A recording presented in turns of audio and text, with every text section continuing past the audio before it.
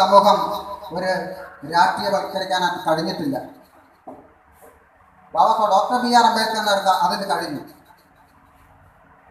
എന്നാൽ അത് പൂർണ്ണമായോ എന്ന് നമ്മൾ അന്വേഷിക്കേണ്ടത്. അതിൽ നിന്നൊരു മാറ്റം സാധാരണക്കാരൻ്റെ ജീവിതത്തിൽ ഒരു മാറ്റം അവരുടെ മുഖ്യധാരയെ കൊണ്ടുവരുന്നതിന് വേണ്ടി ഉള്ള പ്രവർത്തനമായിരിക്കും DHRM പാർട്ടി മുന്നോട്ട് വയ്ക്കുന്നത്.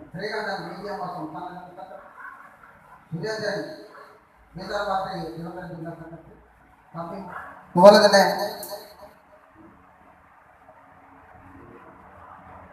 ഈ നമ്മുടെ തിരുവനന്തപുരം ജില്ലാ സമ്മേളനത്തിൽ പങ്കെടുത്തിട്ടുള്ള എല്ലാ നമ്മുടെ പ്രവർത്തകർക്കും, നമ്മുടെ ക്ഷണം സ്വീകരിച്ചെത്തിയിട്ടുള്ള എല്ലാവർക്കും, നമ്മുടെ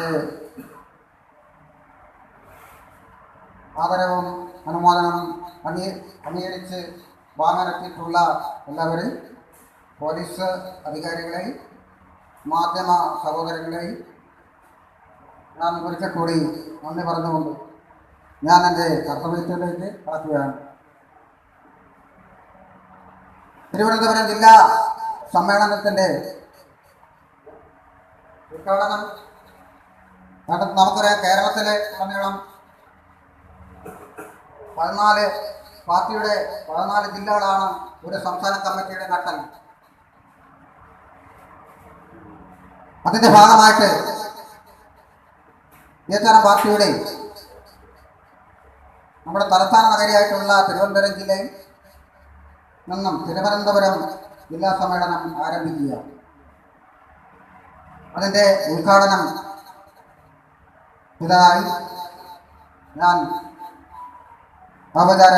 ഔപചാരികമായി അറിയിക്കുക.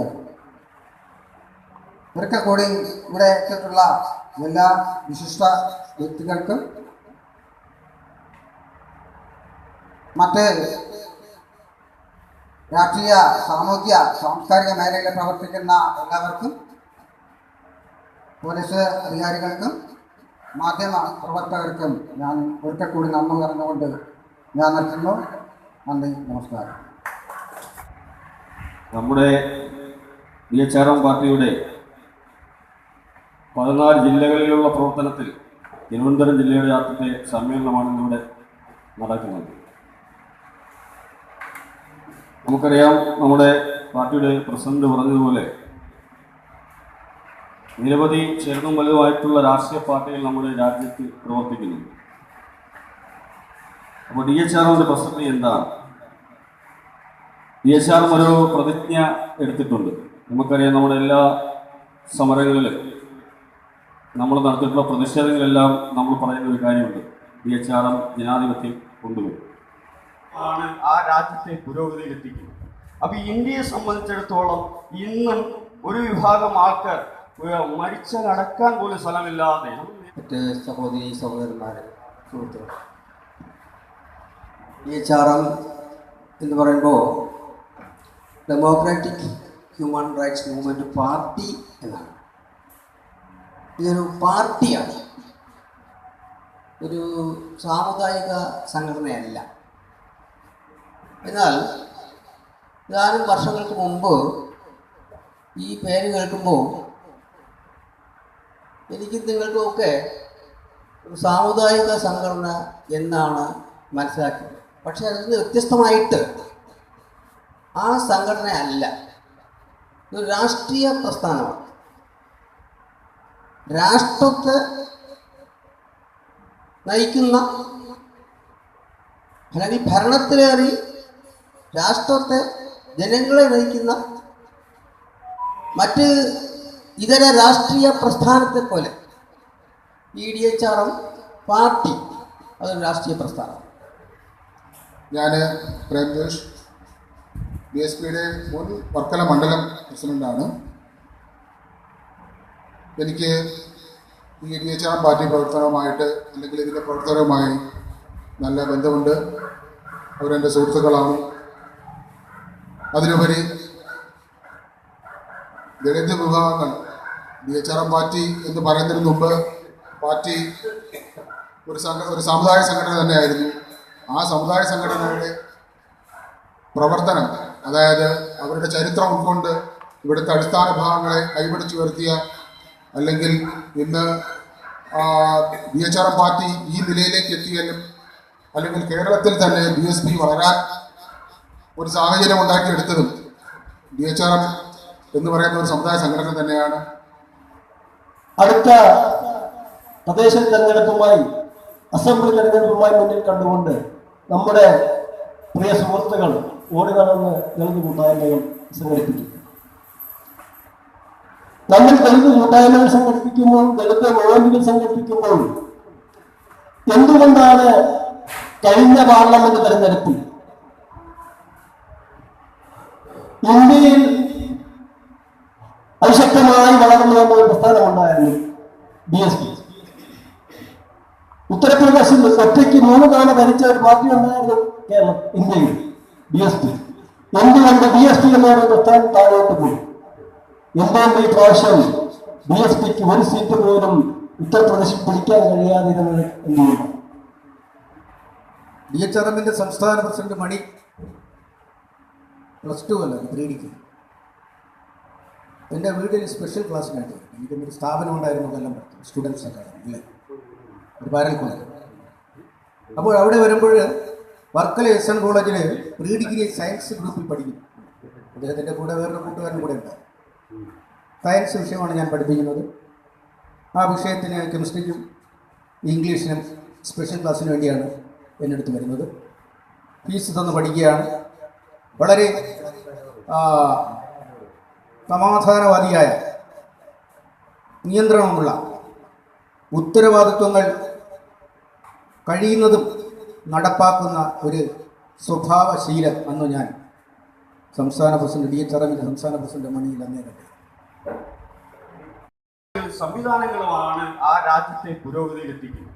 അപ്പൊ ഇന്ത്യയെ സംബന്ധിച്ചിടത്തോളം ഇന്നും ഒരു വിഭാഗം ആൾക്കാർ മരിച്ചാൽ അടക്കാൻ പോലും സ്ഥലമില്ലാതെ നമ്മൾ നിരന്തരം പത്രങ്ങളിലൊക്കെ നമ്മൾ വായിക്കുന്നത്. BHRM പാർട്ടിയുടെ സംസ്ഥാന പ്രസിഡന്റ്, ജില്ലാ പ്രസിഡന്റ്, മറ്റ് ഭാരവാഹികൾ, പ്രമുഖരായ ഗുരുജനങ്ങളെ, പോലീസ് ഡിപ്പാർട്ട്മെൻറ്റിൻ്റെ ഉദ്യോഗസ്ഥരെ, പത്രമാധ്യമ പ്രവർത്തകരെ, നമ്മുടെ വിദ്യാഭ്യാസം ചെയ്ത് ഉന്നതിയിൽ വിജയിച്ചു വന്നിട്ടുള്ള 2 കുട്ടികൾ, അതുപോലെ തന്നെ മുതിർന്ന ഗുരുനാഥന്മാരും എല്ലാം ഇവിടെ ഉണ്ട്. ഞാൻ രാഷ്ട്രീയമൊന്നും പറയുന്നില്ല, ഞാൻ കലാകാരനാണ്. അപ്പോൾ സമയം ഒരുപാട് അതിക്രമിച്ചതുകൊണ്ട് എല്ലാവരും വിശന്ന് ഇരിക്കുന്ന ഒരു അവസരമാണ്. അതുകൊണ്ട് അതിനെപ്പറ്റി കൂടുതൽ പറയുന്നില്ല, എല്ലാം കൂടെ പറഞ്ഞു കഴിഞ്ഞു. നമ്മുടെ കുട്ടികൾ വിദ്യാഭ്യാസത്തിൽ മുൻപന്തിയിൽ വരിക മാത്രമല്ല, നമ്മുടെ ഈ പിന്നോക്കക്കാർ ഇന്ന് പറയുന്നതാണ് ഈ 5 തിണങ്ങൾ BC 5000 മുതൽ AD 5-ാം നൂറ്റാണ്ട് വരെ ഇവിടെ രാജ്യം ഭരിച്ചിരുന്ന 5 തിണങ്ങൾ, ഈ രാജ്യം മുഴുവൻ ഭരിച്ചിരുന്ന 5 തിണങ്ങൾ. അതിൽ കുറവർ സമുദായക്കാരായിരുന്നു അന്നത്തെ രാജാക്കന്മാർ. മറ്റ് 4 തിണവും അവരുടേതായ തൊഴിലനുസരിച്ച് ഇവരെ സഹായിച്ച് ജീവിച്ചൊരു കാലഘട്ടം അന്നുണ്ടായിരുന്നു. അതെല്ലാം ക്ഷയിച്ച് ഇന്ന് നമ്മളെ കുറവനെന്നും പറയനെന്നും പുലയെന്നും ഒക്കെ താഴ്ന്ന ജാതിയെന്ന് പറഞ്ഞ് തരം താഴ്ത്തിയിരിക്കുകയാണ്. ഇത് ഈ ചരിത്രം കൂടെ നമ്മൾ പഠിക്കണം. 5-ാം നൂറ്റാണ്ടിന് മുമ്പുള്ള ആ ചരിത്രം പഠിച്ചു വേണം നമ്മളെ കുട്ടികളെ വളർത്തേണ്ടത്. അല്ലെങ്കിൽ ഇന്ന് ഇവർ പറയുന്നതൊന്നും അല്ല ഈ ചരിത്രമൊന്നും. ADMS ചെയർമാൻ എന്ന ഒരു സ്ഥാനത്തേക്കാണ് വിളിക്കുന്നത്. ADMSൻ്റെ സ്റ്റേറ്റ് പ്രസിഡൻ്റാണ് അഡ്വക്കേറ്റ് ബിലാൽ നേരത്തെ സംസാരിച്ചത്. അതിൻ്റെ ചെയർമാൻ എന്നുള്ള സ്ഥാനത്താണ് ഞാൻ നിൽക്കുന്നത്. ആദി ദ്രാവിഡ മഹാസഭയുടെ ചെയർമാനാണ് ഞാൻ. ADMS എന്ന് പറയുന്ന പ്രസ്ഥാനം കൊണ്ടുവന്നത് വളരെ വിപുലമായ രീതിയിൽ തീരുമാനങ്ങൾ ഉൾക്കൊണ്ടുകൊണ്ടാണ് കൊണ്ടുവന്നത്. ADMS എന്ന് പറഞ്ഞ ഒരു പൊളിറ്റിക്കൽ പാർട്ടിയായിട്ടല്ല കൊണ്ടുവന്നത്, അതൊരു കമ്മ്യൂണിറ്റി ഓർഗനൈസേഷനായിട്ടാണ് കൊണ്ടുവന്നത്. നിങ്ങൾ വ്യക്തമായ രീതിയിൽ ഈ കമ്മ്യൂണിറ്റി ഓർഗനൈസേഷൻ എന്തെന്നുള്ളത് നിങ്ങൾ മനസ്സിലാക്കണം. ബഹുമാനികൾ, ഇന്നിവിടെ ഇങ്ങനെ ഒരു സമ്മേളനം സംഘടിപ്പിച്ച് ഞങ്ങളെ അനുമോദിക്കാൻ മനസ്സിലാക്കിച്ച DHRM പാർട്ടിക്കും അതിലെ എല്ലാ പ്രവർത്തകർക്കും ഇന്ന് ഇവിടെ സന്നിഹിതരായിരിക്കുന്ന എല്ലാവർക്കും എൻ്റെ നന്ദി അറിയിക്കുകയാണ് ആദ്യം തന്നെ. ഞാനൊരു സാധാരണ കുടുംബത്തിൽ ജനിച്ച് ഇതുവരെ എത്തിയ ഒരാളാണ്. ഒരുപാട് വീട്ടിലെ ബുദ്ധിമുട്ടുകളൊക്കെ സഹിച്ച് എല്ലാവരെയും പോലെ തന്നെ ഇവിടെ എത്തി. ഇപ്പോൾ ഇങ്ങനെ ഒരു വേദിയിൽ ഒരു അംഗീകാരം കിട്ടിയതിൽ ഒരുപാട് സന്തോഷം.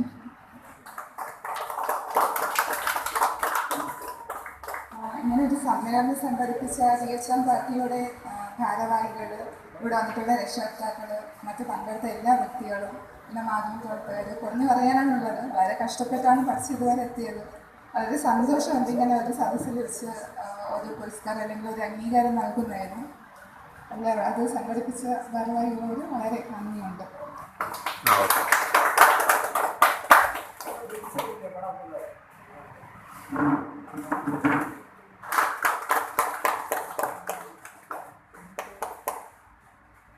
തന്നതിൽ എനിക്ക് ഏറ്റവും വലിയ സന്തോഷം. ഞാനൊരു വലിയൊരു എഴുത്തുകാരനല്ല, പക്ഷേ സാമാന്യ രീതിയിലുള്ള എല്ലാം എഴുതുന്നുണ്ട്. കാരണം അത് ഒരു അവാർഡിന് വേണ്ടിയ മറ്റൊന്നല്ല.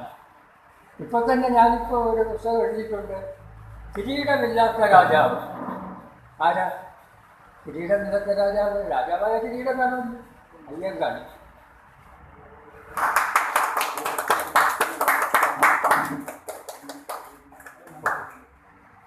55 വർഷത്തിൽ കൂടുതലായി കലാരംഗത്ത് പ്രവർത്തിക്കുന്ന ഒരു എളിയ കലാകാരനാണ് ഞാൻ. 1915 ഈ ആറ്റിങ്ങിലുള്ള ഒരു ബാലൻ തമിഴ്നാട്ടിൽ പോയി തമിഴ് കാക്കാശി അടക്കം പഠിച്ചു വന്ന് 1919 ഈ ആറ്റിങ്ങൽ ജംഗ്ഷനിൽ അവതരിപ്പിച്ചു. ഒരുപാട് അംഗീകാരങ്ങളൊക്കെ മേടിച്ച് ഈ നാടായ നാട് കേരളത്തിൽ മുഴുവനും ആദ്യമായി മലയാളത്തിൽ കാക്കാശിയാടം പഠിപ്പിച്ചെന്ന അയ്യപ്പനാശാൻ എന്നൊരാളുണ്ട്. ഇവിടെ ആർക്കും അറിഞ്ഞില്ല, 100 വർഷം കഴിഞ്ഞു. അദ്ദേഹത്തിൻ്റെ ഇനി അവശേഷിക്കുന്ന ഒരു ശിഷ്യൻ ഞാൻ മാത്രമാണ്. അതിൽ തന്നെ അനവധി കലാകാരന്മാർ, ശിഷ്യന്മാർ പ്രശസ്തരായവരുണ്ട്. PK റോസി അദ്ദേഹമാണ് ആദ്യമായിട്ട് കലാരംഗത്ത് കൊണ്ടുവന്നത്. അവസാനം നാടകത്തിൽ പോയി, അവിടെ നിന്ന് സിനിമയിൽ പോയി. പക്ഷെ അന്നൊന്നും ആശാന പേര് വെളിപ്പെടുത്താൻ കഴിയില്ല, ജാതി അതിൻ്റെ കഥകളൊക്കെ അറിയാമല്ലോ. അതിനുശേഷം ഓച്ചിറ വേലിക്കുട്ടിയും PK റോസിയും ഈ രംഗം അവതരിപ്പിച്ചിട്ടുണ്ട്. അവസാനമായിട്ട് സിനിമയിൽ കാക്കാച്ചി നാടകത്തിൻ്റെ കാക്കാനായി അവതരിപ്പിച്ചത് അടൂർ ഭാസിയാണ്. അതിനുശേഷം BJT ഹാളിൽ വെച്ച് 2019 കാക്കാൻ്റെ വേഷം കെട്ടി മുഴുവൻ രംഗവും അടൂർ ഗോപാലകൃഷ്ണൻ സാറിൻ്റെ നേതൃത്വത്തിൽ അത് അവതരിപ്പിച്ച് സ്വന്തമായിട്ട് പാടി അവതരിപ്പിച്ച് കലാശങ്ങളും ചവിട്ടി നമ്മൾ ഇന്ന് കാണുന്ന ഈ ഉത്സവത്തിൽ കാണുന്നതല്ല യഥാർത്ഥ കാക്കാശി നാടകം. കാക്കാരുകളിയും കാക്കാശി നാടകവും രണ്ടും രണ്ടാണ്. കിരാത വേഷം എടുത്ത് അർജുനന് പാശുവസ്ത്രം കൊടുക്കാൻ വേണ്ടി വന്നതാണ്. പിന്നെ അതല്ല കാക്കാശി നാടകം, അത് അത്രയേ ഉള്ളൂ. മറ്റത് ബ്രഹ്മജ്ഞാനികൾ വേദത്തിൻ്റെ അധിപതികളുമായ കുറവർ കുലത്തിൽ കാക്കാനെ അവതരിച്ച് ഭൂലോകം രക്ഷിക്കുന്നതിന് വേണ്ടി, സാധുക്കളായ ജനങ്ങളെ സംരക്ഷിക്കുന്നതിന് വേണ്ടി വന്നിട്ടുള്ള അവതാരമാണ് ശിവൻ കുറവനായിട്ട് അവതരിച്ചു. അത് ജാതിയല്ല, ഞാൻ നേരത്തെ പറഞ്ഞു. ആ പ്രശസ്തരായ സംഭവം എന്ന് പറഞ്ഞാൽ ദേവാവതാരങ്ങളും അസുര യുദ്ധങ്ങളും കഴിഞ്ഞ ശേഷം ഭൂലോകത്തിൽ അനീതി അക്രമവും നടമാടിയുന്ന കാലഘട്ടത്തിൽ അതിനെ അമർച്ച ചെയ്യാൻ കാക്കാൻ കുറവർ കുലത്തിൽ കാക്കുതോൻ കാക്കാൻ അങ്ങനെ വന്നൊരു അവതാരമാണ് കാക്കാരുകളി. കാക്കാശി നാടകമല്ല, കാക്കാരുകളി. അതിൽ ഒരു കഥയുണ്ട്, അതിൽ ഒരുപാട് സംഭവങ്ങളുണ്ട്. അദ്ദേഹത്തിൻ്റെ പേരുള്ള 2 പുസ്തകങ്ങൾ, ഞാൻ ഉൾപ്പെടുന്ന 2 പുസ്തകങ്ങൾ രംഗത്ത് വന്നിട്ടുണ്ട്.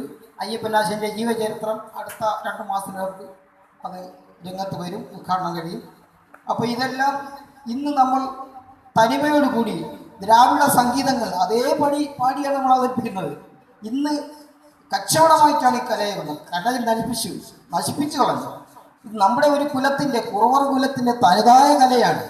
ഈ കലയെ നമ്മൾ നിലനിർത്തേണ്ട ആവശ്യം എനിക്കുള്ളതാണ്. എൻ്റെ തലമുറയിൽപ്പെട്ട കലാകാരന്മാർക്കും മറ്റുള്ളവർക്കും നമ്മൾ പകർന്നു കൊടുത്ത് അവരെ ഇത് പഠിപ്പിച്ചെടുക്കണം. നമ്മുടെ തനതായ കലയാണ്, കുറവർ കുലത്തിൻ്റെ തനതായ കലയാണ് ഈ കാക്കാശി നാടകം. അതിനെ അതേപടി ഞങ്ങൾ അവതരിപ്പിച്ച് മുന്നോട്ട് പോവുകയാണ്. അപ്പോൾ അതിനെ പഠിക്കാൻ താല്പര്യമുള്ളവർക്കും ഗ്രൂപ്പ് നടത്താൻ താല്പര്യമുള്ളവർക്കും എപ്പോഴും അതിൻ്റെ തനിമോട് പഠിപ്പിക്കുന്നതിനും എല്ലാ സഹായവും എന്നിൽ നിന്നുണ്ടാവും. നമ്മുടെ സമൂഹത്തിലെ വിവിധ മേഖലകളിൽ പ്രവർത്തിക്കുന്ന നമ്മുടെ ഷൺമുഖൻ സാറ് പ്രഗത്ഭനായിട്ടുള്ള ഒരു ആളാണ് സാറ്. രണ്ട് പുസ്തകങ്ങൾ എഴുതി. സാറിന്റെ പുസ്തകങ്ങളുണ്ട്. ഷൺമുഖൻ സാറുകൊണ്ട് നമ്മുടെ ഇന്നലകളിലേക്ക് നമ്മൾ പോകുന്നില്ല, നമ്മൾ നാളെ കുറിച്ച് മാത്രം ചിന്തിക്കുന്നുണ്ട്. ഈ പാള ഞാൻ ഒന്ന് അവതരിപ്പിക്കാം. നാടൻ പാട്ടായിട്ടും കവിതയായിട്ടും പാടാം. നാടൻ പാട്ടായിട്ട് പാടാം. തന്നന്നന്നാനന തന്നാനാദന തന്നന്നന്നാനന തന്നാന തന്നന്നന്നാനന തന്നാനാദന തന്നന്നന്നാനന തന്നാന. വരിവരിയായുള്ളൊരടയ്ക്ക മരത്വപ്പിൽ വലിയൊരു പാള പഴുത്തു വീണു. 5 അടി നീളത്തിലുള്ളൊരു പാള ഞാൻ അന്തി ഉറങ്ങാൻ എടുത്തിരുന്നു. കഞ്ഞി കുടിക്കുവാനുള്ളൊരു മൺചട്ടി കയ്യിൽ നിന്ന് വീണു തകർന്നു പോയി. പാളയെടുത്തു ഞാൻ പാത്രമാക്കി എന്നും പതിവായി പാളയിൽ കഞ്ഞി മോന്തി. പെരുമഴക്കാലത്തു പാടത്തു പണിയുന്ന പെണ്ണുങ്ങൾ നനയാതെ പാള ചൂടി. പട്ടിണി മാറ്റുവാൻ പാളകൾ കോർത്തു ഞാൻ പതിവായി ചന്തയിൽ വിറ്റിരുന്നു. മഴ പെയ്തു ചോർന്നപ്പോഴന്നൊക്കെ ആശ്രയം മാടം നനയാതെ പാള തന്നെ. ആഴക്കിണറ്റിലെ വെള്ളം കോരി തന്നൊഴകുള്ള പാള മറന്നിടുമോ? കാൽനട പോയൊരു കാലത്തു പാദത്തിൽ കള്ളിമുള്ളേൽക്കാതെ രക്ഷയ്ക്കായി പാളച്ചെരുപ്പണിഞ്ഞേറെ നാൾ ഞാൻ അന്ന് പള്ളിക്കൂടത്തിലും പോയിരുന്നു. മക്കളെ വേർപെട്ടു താഴെ പാതിച്ചൊരു പാളതൻ വേദന ആരറിഞ്ഞു. അമ്മ കിടത്തി കുളിപ്പിക്കും കുഞ്ഞിനെ മാറോട് ചേർത്ത് പുണർന്നു പാള. പാളയിൽ കയറിയിരുന്നു കുഞ്ഞുനാൾ പാള വണ്ടി വലിച്ചു കളിച്ചു. പാള തന്നല്ലൂരി എത്ര മനോഹരം, പാളയൊരത്ഭുത വസ്തുവത്രേ. തന്നന്നന്നാനന തന്നാനാദന തന്നന്നന്നാനന തന്നാന തന്നന്നന്നാനന തന്നാനാദന തന്നന്നന്നാനന തന്നാന. തിക്കും തിരക്കും നിറഞ്ഞൊരു തെരുവിന്റെ തെക്കുന്നു നിന്നൊരു തെണ്ടി വരുന്നേ. കാലിൽ നടക്കാതെ നാലിൽ നടക്കുന്ന നാരിയാം സുന്ദരി നവാൽ വിളിച്ചേ. പെൺകുട്ടി ചോദിക്കുന്നു, ചേട്ടാട്ടയോട്ടയുടെ സാമ്രാജ്യപുത്ര, ഒരു വറ്റുമുണ്ണാതിരിക്കുന്ന എന്നെ കനിയണേ കനിവോടെ ഏകണേ കാലണ. കാലിഞ്ചു വയറിൻ വിശപ്പു ഞാൻ തീർക്കാം. കാരണം 25 ദിവസമാണ് ചോദിക്കുകയാണ്. ചേട്ടാ, എനിക്ക് 25 ദിവസം വിശപ്പുണ്ടാവും. തിക്കും തിരക്കും നിറഞ്ഞൊരു തെരുവിന്റെ തെക്കുന്നു നിന്നൊരു തെണ്ടി വരുന്നേ. കാലിൽ നടക്കാതെ നാലിൽ നടക്കുന്ന നാരിയാം സുന്ദരി നാവാൽ വിളിച്ചേ. ചേട്ടാട്ടയോട്ടയുടെ സാമ്രാജ്യപുത്ര, ഒരു വറ്റുമുണ്ണാതിരിക്കുന്ന എന്നെ കനിയണേ കനിവോടെ ഏകണേ കാലണ. കാലിഞ്ചു വയറിൻ വിശപ്പു ഞാൻ തീർക്കാം. അപ്പൊ കാറിൽ ചാരി നിൽക്കുന്ന ടയോട്ടയുടെ പുത്രന്റെ മറുപടി പെണ്ണിനോട്, തെരുവിലാധീരൻ ചെകുത്താൻ ചൊടിച്ചു, കാലണയ്ക്കായി നീ കേഴേണ്ട സുന്ദരി. തെരുവിലാധീരൻ ചെകുത്താൻ ചൊടിച്ചു, കാലണയ്ക്കായി നീ കേഴേണ്ട സുന്ദരി. നിൻ വയറൊന്നു കാണട്ടെ, ബിയറൊന്നു മോന്തട്ടെ, നനവാർന്ന ചുണ്ടിലി പുകയൊന്നു പടരട്ടെ. നഗരത്തിൽ അലിയുന്ന നിശയുടെ രതിസ്മൃതി ലാസ്യഭാവത്തിലൻ ലഹരിയിലലിയട്ടെ. ഉണരട്ടെ യുരുകട്ടെ കാമവേർ പിൻകണം, നിന്നിളം ചുണ്ടിലും മാറിലും തനുവിലും. 25 പൈസ ചോദിച്ച ആ പെൺകുട്ടിയോട്, പാവപ്പെട്ട പെൺകുട്ടിയോട് അവൻ പറഞ്ഞ മറുപടിയാണ്, തെരുവിലാധീരൻ ചെകുത്താൻ ചൊടിച്ചു, കാലണയ്ക്കായി നീ കേഴേണ്ട സുന്ദരി. നിൻ വയറൊന്നു കാണട്ടെ, ബിയറൊന്നു മോന്തട്ടെ, നനവാർന്ന ചുണ്ടിലി പുകയൊന്നു പടരട്ടെ. നഗരത്തിൽ അലിയുന്ന നിശയുടെ രതിസ്മൃതി ലാസ്യഭാവത്തിലൻ ലഹരിയിലലിയട്ടെ. ഉണരട്ടെ ഉരുകട്ടെ കാമവേർ പിൻകണം, നിന്നിളം ചുണ്ടിലും മാറിലും തനുവിലും. ഇത് കേട്ട തെണ്ടിപ്പെണ്ണിന്റെ പ്രതികരണം, നീട്ടിയ കൈക്കുമ്പിൽ കണ്ണീരിനാൽ മുങ്ങി, നീട്ടിയ കൈക്കുമ്പിൽ കണ്ണീരിനാൽ മുങ്ങി, കണ്ണുനീർ മുത്തുകൾ കഥകളായി കവിതയായി കവിയുടെ വിട ചൊല്ലിനെ ചോദ്യത്തിലൂടവൾ ചടുതിയിലൊരു നിമിഷം തടഞ്ഞു നിർത്തി. നീട്ടിയ കൈക്കുമ്പിൽ കണ്ണീരിനാൽ മുങ്ങി കണ്ണുനീർ മുത്തുകൾ കഥകളായി കവിതയായി കവിയുടെ വിട ചൊല്ലിന ചോദ്യത്തിലൂടവൾ ചടുതിയിലൊരു നിമിഷം തടഞ്ഞു നിർത്തി. ദണ്ഡിപ്പെണ്ണ് സമ്പന്നനായ ചെറുപ്പക്കാരനോട് പറഞ്ഞു, പൊരിയുന്ന വയറിനും എരിയുന്ന മനസ്സിനും തളരുന്ന ഞാടീ ഞരമ്പുകൾക്കോരോന്നും വിറയാർന്ന വാക്കിനും മൃതിയേറും ആശയ്ക്കും കാമം കടാക്ഷിക്കുമങ്ങളെ ഇന്നു ഞാൻ പാതിവൃത്യത്തെ പണയപ്പെടുത്തിന് കാലണക്കാശൻ അടിമയായിടുമ്പോൾ കാണികൾ കാര്യങ്ങളറിയാത്ത കഴുതകൾ പൊതുസമൂഹം കൈകൊട്ടി എന്നെ പരിഹസിച്ചിടും. നീട്ടിയ കൈക്കുമ്പിൽ കണ്ണീരിനാൽ മുങ്ങി കണ്ണുനീർ മുത്തുകൾ കഥകളായി കവിതയായി കവിയുടെ വിട ചൊല്ലിന ചോദ്യത്തിലൂടവൾ ചടുതിയിൽ ഒരു നിമിഷം തടഞ്ഞു നിർത്തി. പൊരിയുന്ന വയറിനും എരിയുന്ന മനസ്സിനും തളരുന്ന ഞാടീ ഞരമ്പുകൾക്കോരോന്നും വിറയാർന്ന വാക്കിനും മൃതിയേറും ആശയ്ക്കും കാമം കടാക്ഷിക്കും ആങ്ങളെ ഇന്നു ഞാൻ പാതിവൃത്യത്തെ പണയപ്പെടുത്തി നിൻ കാലണക്കാശിൻ അടിമയായിടുമ്പോൾ കാണികൾ കാര്യങ്ങൾ അറിയാത്ത കഴുതകൾ കൈകൊട്ടി എന്നെ പരിഹസിച്ചിടും. തെണ്ടിപ്പെണ്ണിൻ്റെ ഓർമ്മയിൽ നിന്ന് അവൾ അമ്മയ്ക്ക് ഉണ്ടായ അനുഭവത്തെക്കുറിച്ച് പറയും.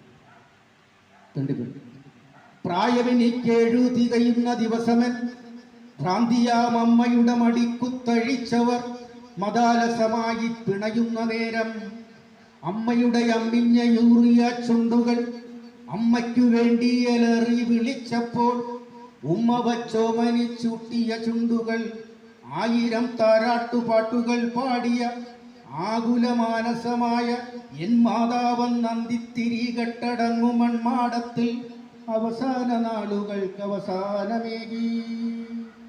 അമ്മ മരിച്ചു. അമ്മയ്യ ആ ചെറ്റക്കുടിയിൽ ചെന്ന് ബലാത്സംഗം ചെയ്തു. അമ്മ ആത്മഹത്യ. അവളുടെ ഓർമ്മ മാത്രമേ ഉള്ളൂ അമ്മയെക്കുറിച്ച്. അതുകൊണ്ട് എൻ്റെ പൊന്നാങ്ങളെ, നീ ചോദിച്ച ചോദ്യത്തിന് ഇന്നെൻ്റെ ആശയ്ക്ക് സ്വപ്നങ്ങളില്ല, ഇന്നലെ എല്ലാം കൊഴിഞ്ഞു പോയി. നാളേക്ക് വേണ്ടി ഒരുക്കിയ നാളുകൾ ഞാൻ അറിയാതെ വേരറ്റുപോയി. ഇന്നെൻ്റെ ആശയ്ക്ക് സ്വപ്നങ്ങളില്ല, ഇന്നലെ എല്ലാം കൊഴിഞ്ഞു പോയി. നാളേക്ക് വേണ്ടി ഒരുക്കിയ നാളുകൾ ഞാൻ അറിയാതെ വേരറ്റുപോയി. മനോഹരമായി സാറ് പാടി. സാറിൻ്റെ ഇതേപോലെ ആ പുസ്തകത്തിൽ നിരവധി ഞാനും വായിച്ചു നിരവധി നല്ല നാടൻ പാട്ടുകൾ. നമ്മുടെ അമ്മൂമ്മമാർ പണ്ട് പാടത്ത് കൊയ്യാൻ പോയതും ഇങ്ങനെ നമ്മുടെ ജീവിത പശ്ചാത്തലമായിട്ട് ബന്ധപ്പെട്ട നിരവധി കവിതകൾ സാറിൻ്റെ ഈ പുസ്തകത്തിനകത്തുണ്ട്. അതൊക്കെ മേടിച്ച് വായിക്കണം. പിന്നെ നമുക്ക് അവസാനിപ്പിക്കാനുള്ള സമയമായി. നമ്മുടെ DHRM പാർട്ടിയുടെ തിരുവനന്തപുരം ജില്ലാ സമ്മേളനം അതിഗംഭീരമായിട്ട് നടന്നു. ഒരു ഉദ്ഘാടന സമ്മേളനം മാത്രമാണ്, ഇതൊരു തുടക്കം മാത്രമാണ്, ഒരു സാമ്പിൾ തന്നെയാണെന്നുള്ള തൃശ്ശൂർ ഭാഷയിൽ പറയുന്ന സാമ്പിൾ വെടിക്കെട്ട് തന്നെയാണ്. ഇനി നമ്മൾ ആയിരക്കണക്കിന് 10,000-കണക്കിന് ആളുകൾ വമ്പിച്ച ഒരു ഘോഷയാത്രയോടുകൂടി ഒരുപാട് ആരവത്തോടുകൂടി നമ്മൾ ഈ പാർട്ടിയെ മുന്നോട്ട് കൊണ്ടുപോകും. അതിന് എല്ലാവിധ ആളുകളെയും ഈ പറയുന്ന എല്ലാ ആശയം കേട്ട എല്ലാ മനുഷ്യരെയും ഉൾപ്പെടുത്തിക്കൊണ്ട് ഒരു ക്രോഡീകരണമാണ് നമുക്കിവിടെ ആവശ്യം. നമുക്ക് പറഞ്ഞ പോലെ ഒരു ബുദ്ധ പാരമ്പര്യത്തിൽ നിന്ന് പോലെ, ഒരു ധമ്മത്തിൽ നിന്ന് പോലെ അംബേദ്കർ ഉയർത്തിപ്പിടിച്ച അഹിംസാത്മകമായിട്ടുള്ള ഹിംസ കൂടാതെ നമ്മളെല്ലാവരോടും ചേർത്ത് പിടിച്ചുകൊണ്ട് ഒരു മനുഷ്യാവകാശമായി ബന്ധപ്പെട്ടുകൊണ്ടുള്ള പ്രവർത്തനമാണ്.